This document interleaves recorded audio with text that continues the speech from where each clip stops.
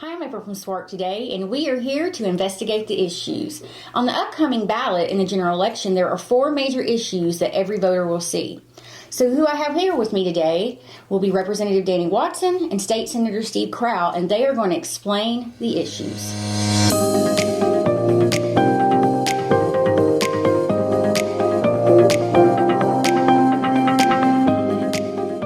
Thank you, April. We appreciate the opportunity to be here.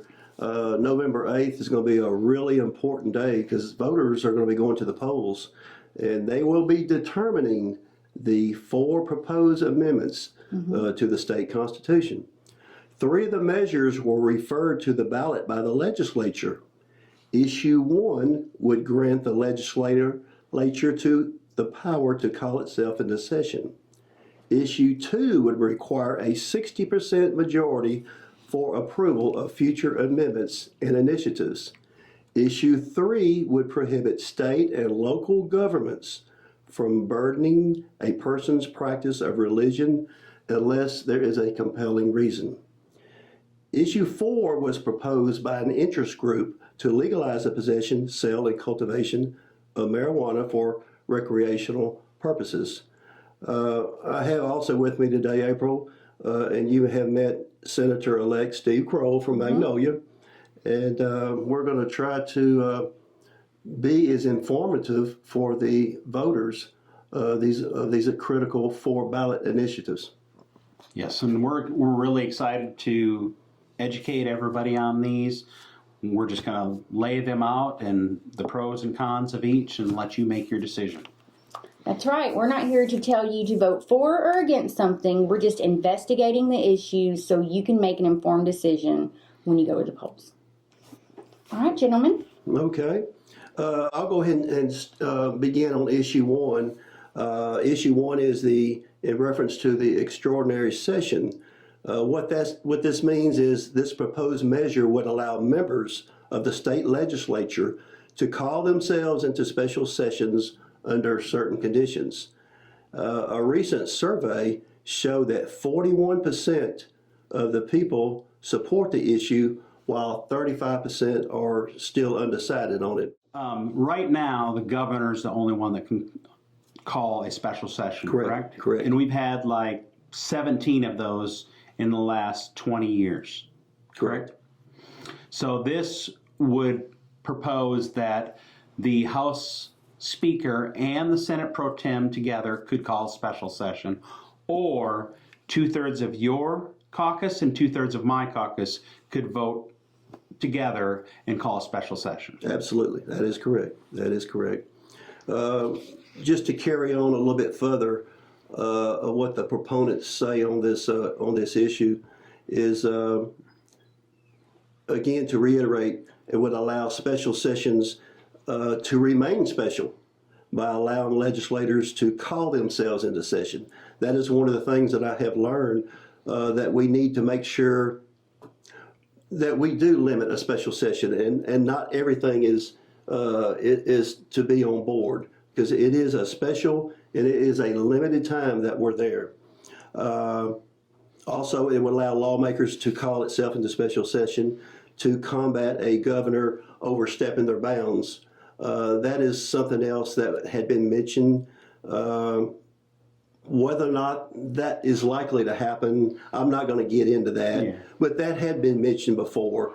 And evidently, by that being talked about, evidently has happened in some other states. I'm not aware of that. I believe that's true. But that had been mentioned. Go ahead. Some opponents of the issue would say that the current Constitution provides the legislators to meet once a year and alternate between the legislative and the fiscal, and this would turn the legislation into a full-time job. Correct. And they also believe that leaving the authority to call a special session with the governor is just fine. I have a question. Yes. I represent your everyday citizen. Can you give some examples of why maybe something has happened in the past, or just a hypothetical, what would be a reason that if someone were to vote for this and this were to pass, that y'all would need to do this, be able to call yourselves into special session? Just to give an example. Well, I think that anything that would be pressing, you know, obviously COVID. They had special sessions for COVID. The teachers' salaries and police and fire. There's issues that sometimes can't be covered in the one session we have, and there needs to be studies done. And then when those come back, instead of waiting a year and a half to come back and revisit those, lots of times it is best to have a 10-day special session, 15-day, to get that done for the people. Absolutely. To carry that a little bit further, that's an excellent answer, excellent question. From experience, our last special session, basically it was limited to two items. And one of them, we wanted to make sure that school was fixing to start. And we wanted to make sure that the mamas and dads and the administrators from the schools could rest assured that we as a state were on top of that, and we are going to do everything we can for school safety in the schools.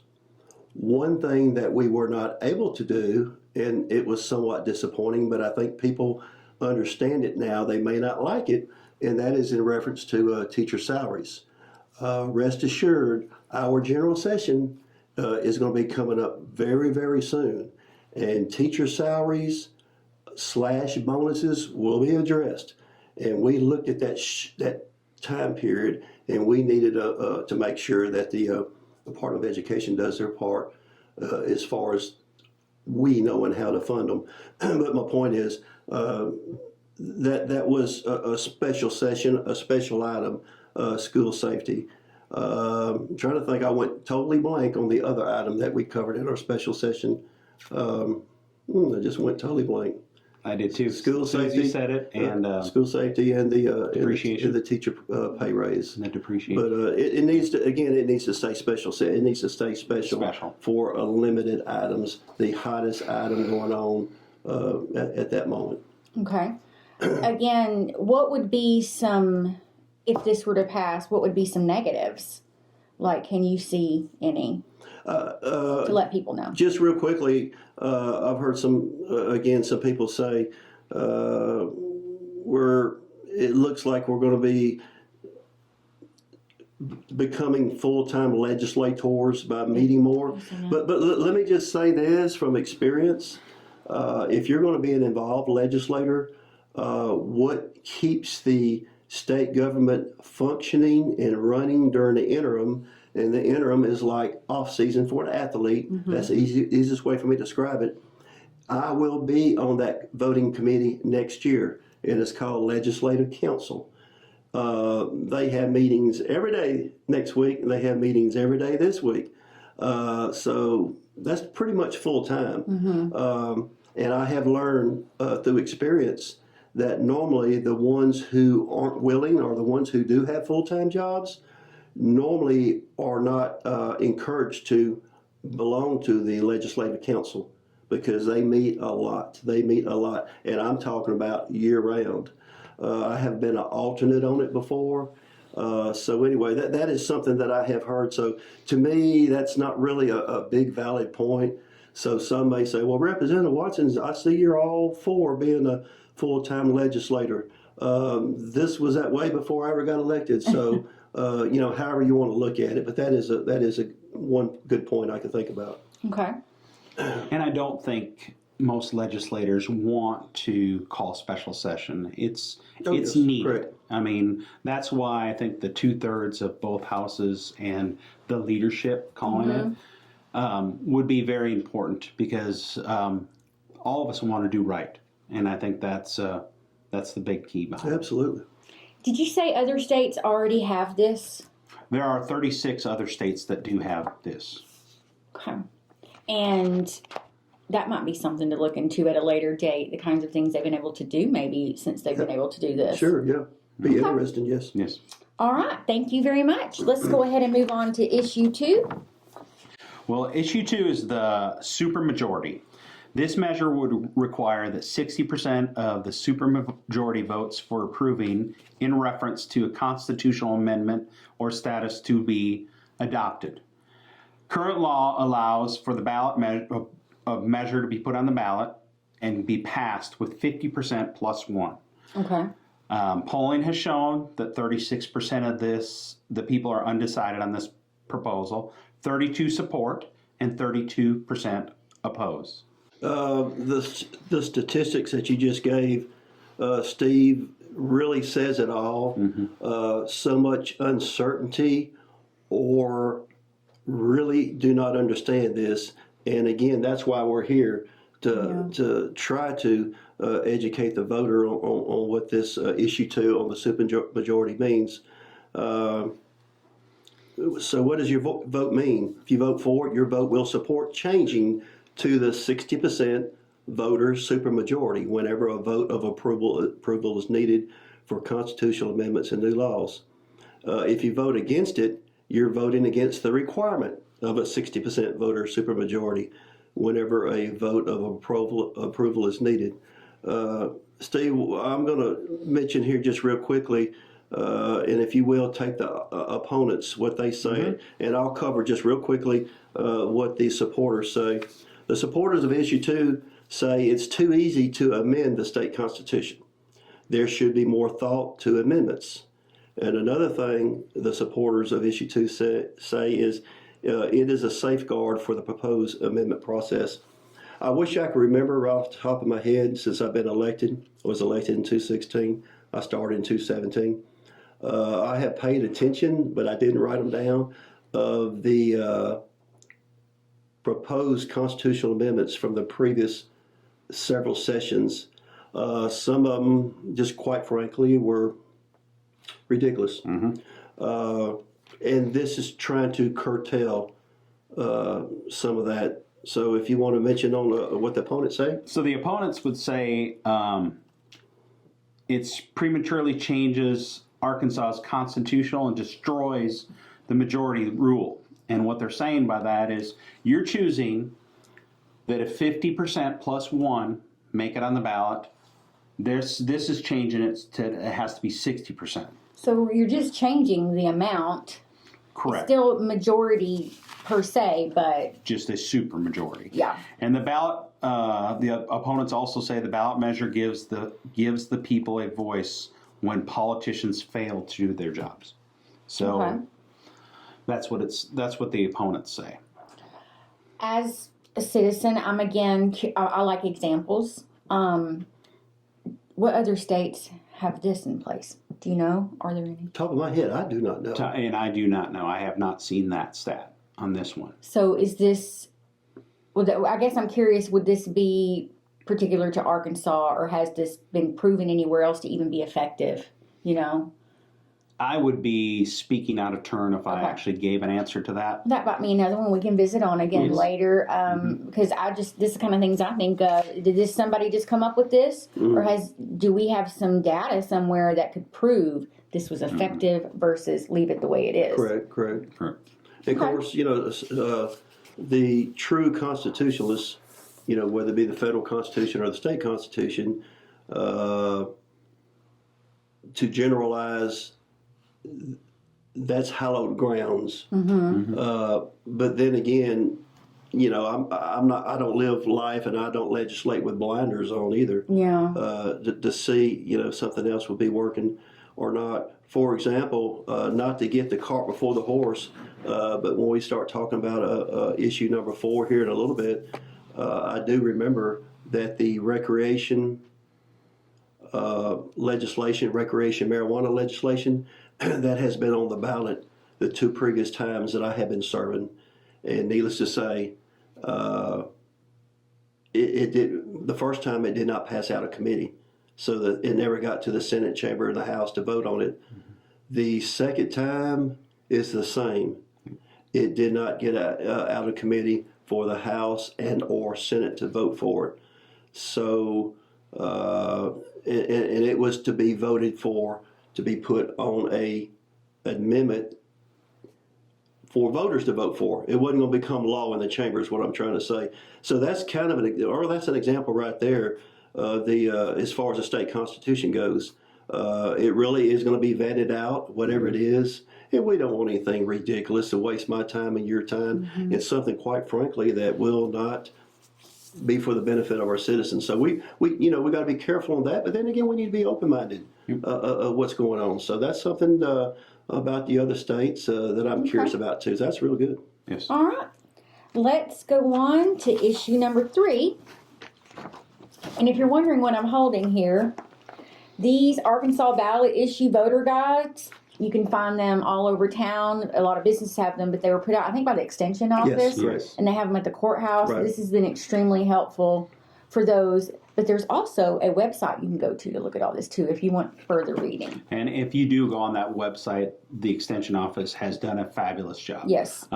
They've gotten really deep, being right down the middle on both sides. This is it what will they need. educate you a lot. This is what gave me the idea for this, was when I saw this and I thought, well, we should let people know about these issues. We've been meeting candidates. Let's talk about the issues. All right. Issue number 3, a constitutional amendment to create the Arkansas Religious Freedom Amendment.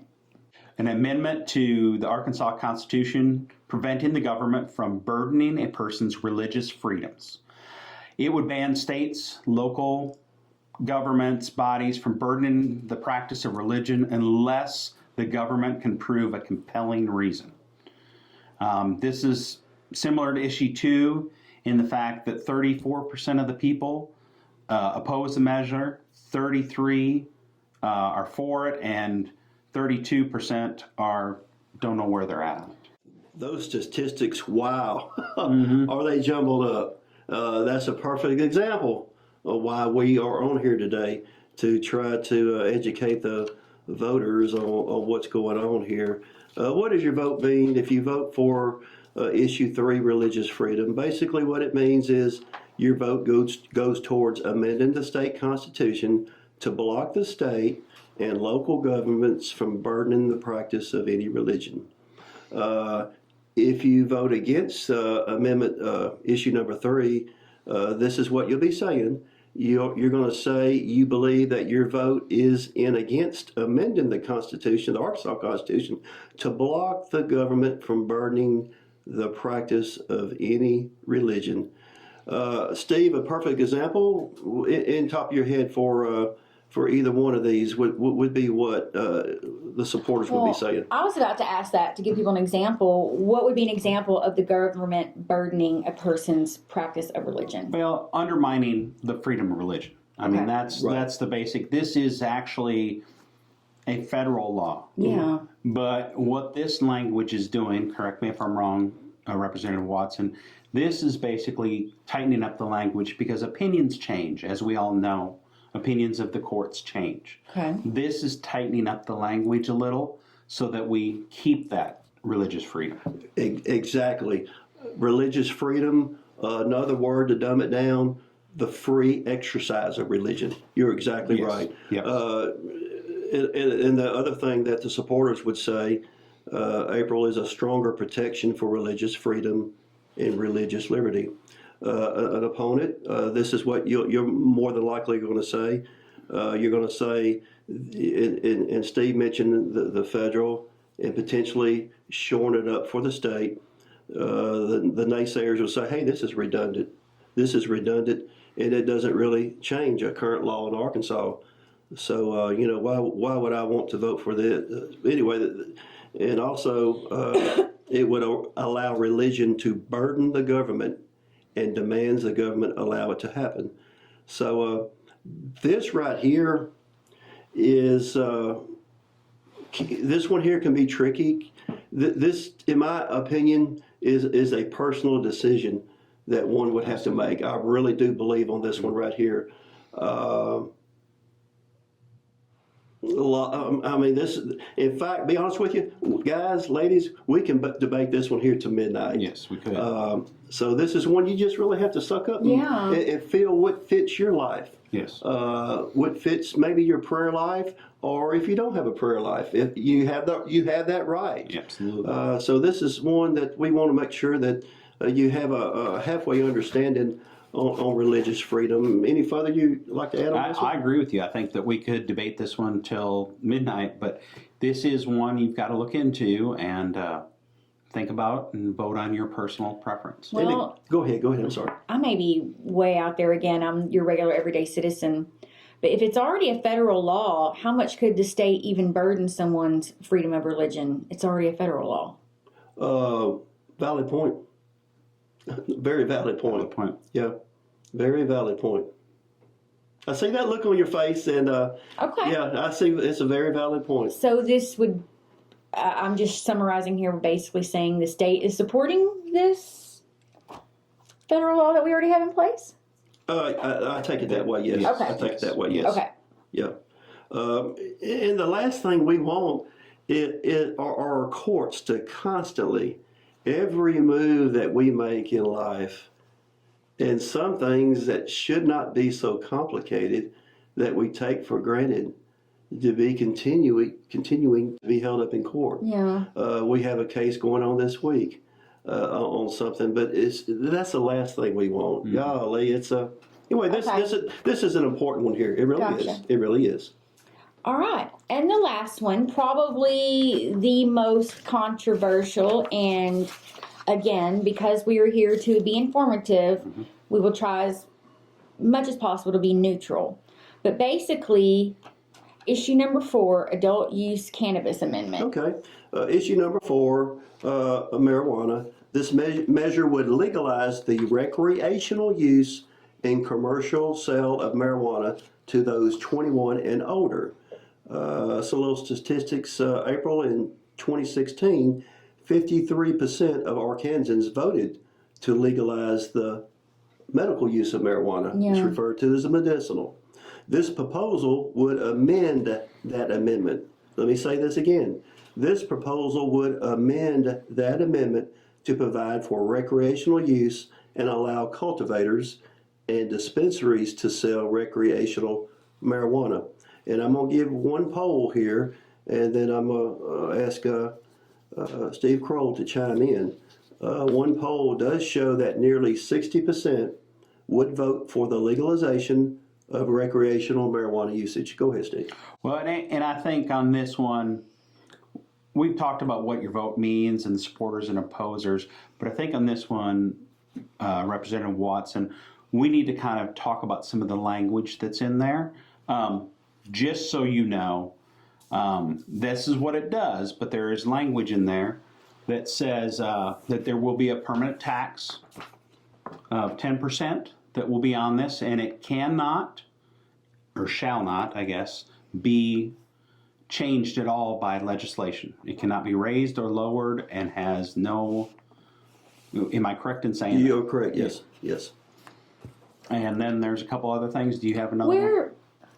Where can you find the actual language of this? If you go to this website on this page, which she can probably put on the screen or give to you later, www. you can actually read the bill. Okay.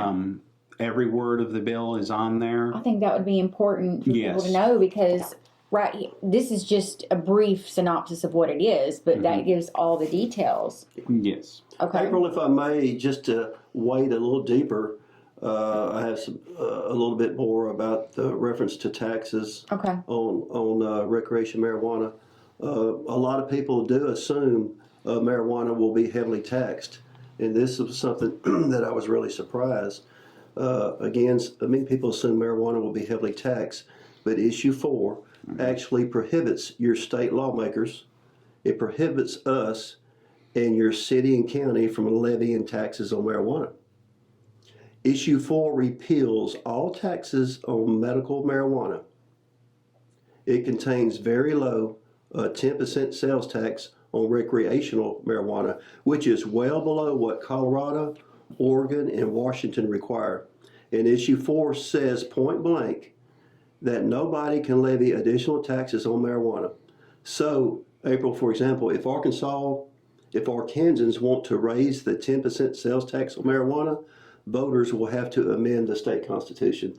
So, again, for the third time, that's why we want our viewers to be as educated as they can on the goings on. And I heard that correctly, that no taxes could be levied against Marijuana. And it repeals the taxes currently that are on the medicinal marijuana. Well, and this is not me by any means supporting or going against somebody's particular choice to use marijuana, but we tax everything else. Exactly. That's a good point. And there's just some other things in there that that really local entities, local governments don't have a lot of choice of where things are going to be. Dispensaries, Okay. cultivators, not cultivators, growers. Yeah. There will be how many growers? 8, I believe. 8 or 10, you're all correct. 8 or 10, yeah. And then there's about 120 dispensaries throughout the state. So, I mean, those are just some facts that are in the bill. I think this one, as all of them, I think reading them is very important, but this guide does a good job, I believe, of being very neutral, very down the middle, explaining, and we're trying to be very neutral. And you're doing a great job of that. Steve, if you don't mind, I would like to, April, I would like to just real quickly mention what supporters of this issue 4 say. Absolutely. If you'll chime in on just a second of Yes. what the opponents, Absolutely. the supporters of issue 4 say that recreational marijuana will provide a $3 billion economic impact. I said $3 billion, that's a lot of money. Well, could provide a $3 billion economic impact and would potentially help law enforcement, drug courts, and health research. A majority of voters support legalizing the use of marijuana, and we could either be part of it or lost out on jobs and revenue. Go ahead, if you will, on the opposition. In the opposition, the sales and use of marijuana is still illegal under federal law. So, I mean, it's still illegal, even though some of the states have passed it.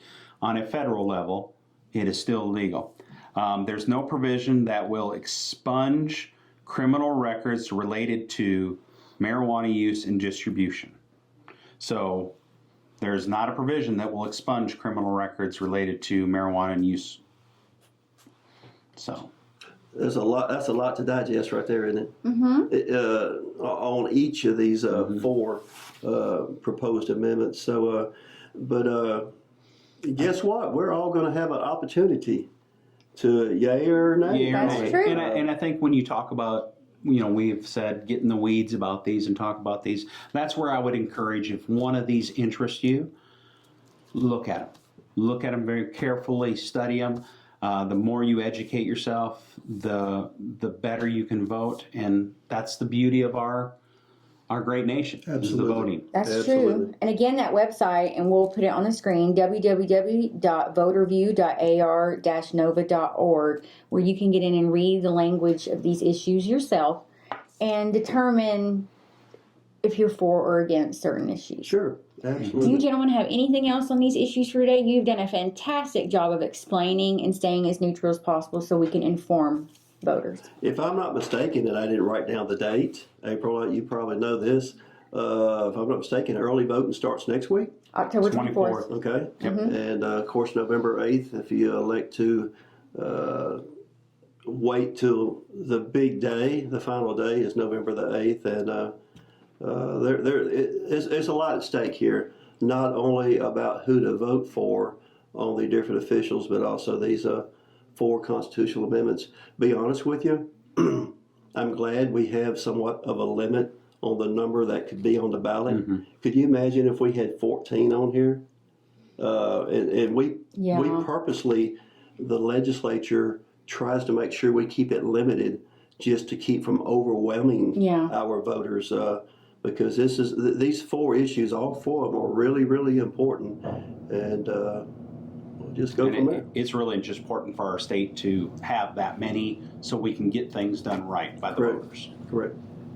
Well, thank you so much for being with us today. These are investigating the issues. There is one more issue on your Hempstead County ballots, which we will discuss in another segment, the EDC quarter-cent sales tax.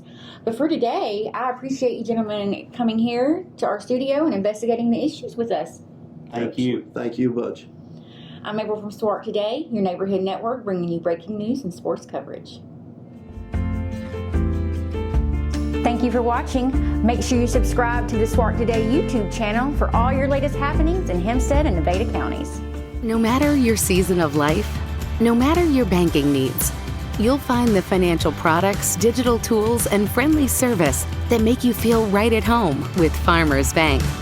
There's a place I'm welcome in. There's a place I know I'm called a friend. There's a place that I'm never alone. There's a place called home.